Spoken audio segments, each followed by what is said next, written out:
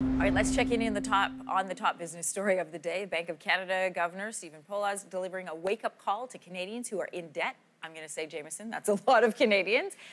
Jameson's here this morning from BNN and Bloomberg. So, how much of a warning call is this? It just breaks down how significant the debt is for a certain segment of the population. I know we talk about the overall, debt to income ratio is at the highest level ever. That's still true, but now what Poloz is doing is he's zeroing in on about 8% of the population. So nearly 1 out of every 10 Canadian households that has about 350% in terms of their debt to income. So before we, that's math, but just to keep it in the simplest sense, for every dollar they have in gross income, so that's before taxes and everything, they have more than $3.50 in debt. And they hold about a fifth of all the household debt in this country. So his warning is effectively, these are the people who are going to take it on the nose once interest rates, which have been going up, continue to go up. I mean, I can even count myself in that group. My household has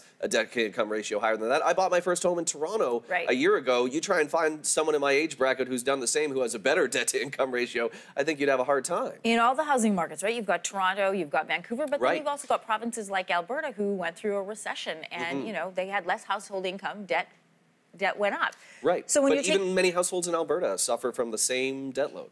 So then what can people do to manage it? How do we heed this warning? There's a really simple way, actually, and I do have to give full credit to Patty Levitt-Reid, our chief financial commentator. I had a great conversation with her earlier today. She's at Patty CTV on Twitter, and of course, she has some just really clear explanations about just know what you're spending. It's really remarkable how many Canadians just, if you don't write down every single thing you spend money on, every dollar that leaves your wallet, leaves your credit card, what have you, even over the course of just like a 5-day or week-long period, it is unbelievably enlightening to figure out what you can do to try and, well, maybe I didn't need to make this purchase or that purchase, or wow, I make all this money and yet I actually spend more of it and I need to take on debt just to make ends meet, which also a certain large proportion, surprising proportion of Canadians has to do every month. So just being able to get a handle on how much you make versus how much is leaving your bank account every week